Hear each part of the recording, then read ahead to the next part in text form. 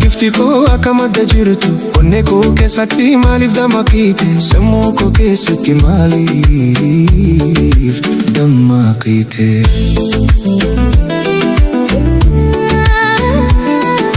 Yaani keerina marsee garaa koo na nyaate, dhufees ilaaluudhaaf garaatu fagaate. Hawwiin koo inni guddaan bagaa nagaa taate. Qilleensi bubbusee bukkee lafa gaate, yaadni kee na gubee garaa koo na raase. Halkan ittis dhufee hirriba na nyaate.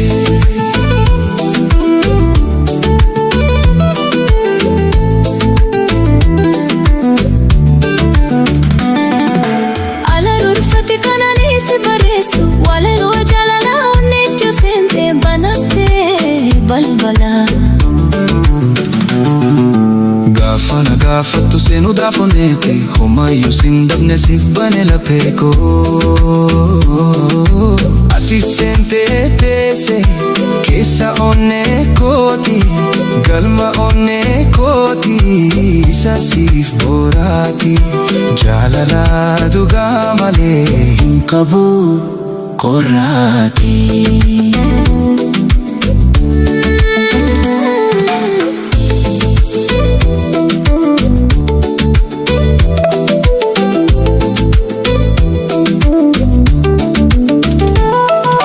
Naaf kannooda kannaa geetii jabaa, addunyaa kanarraa takkitti sin qaba.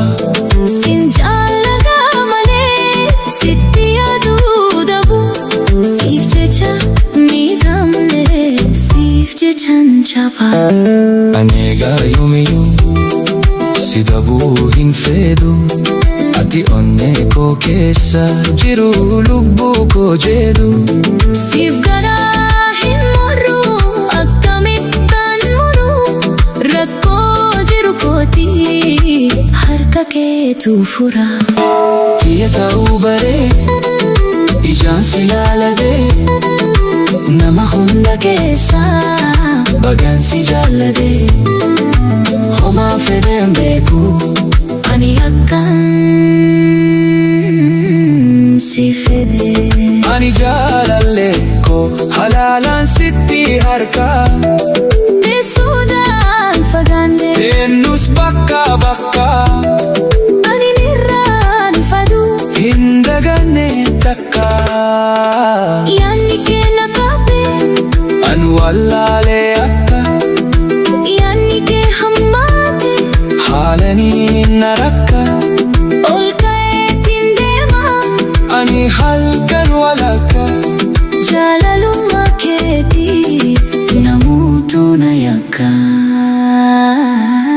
Yoo akkan na dhiifte maraatu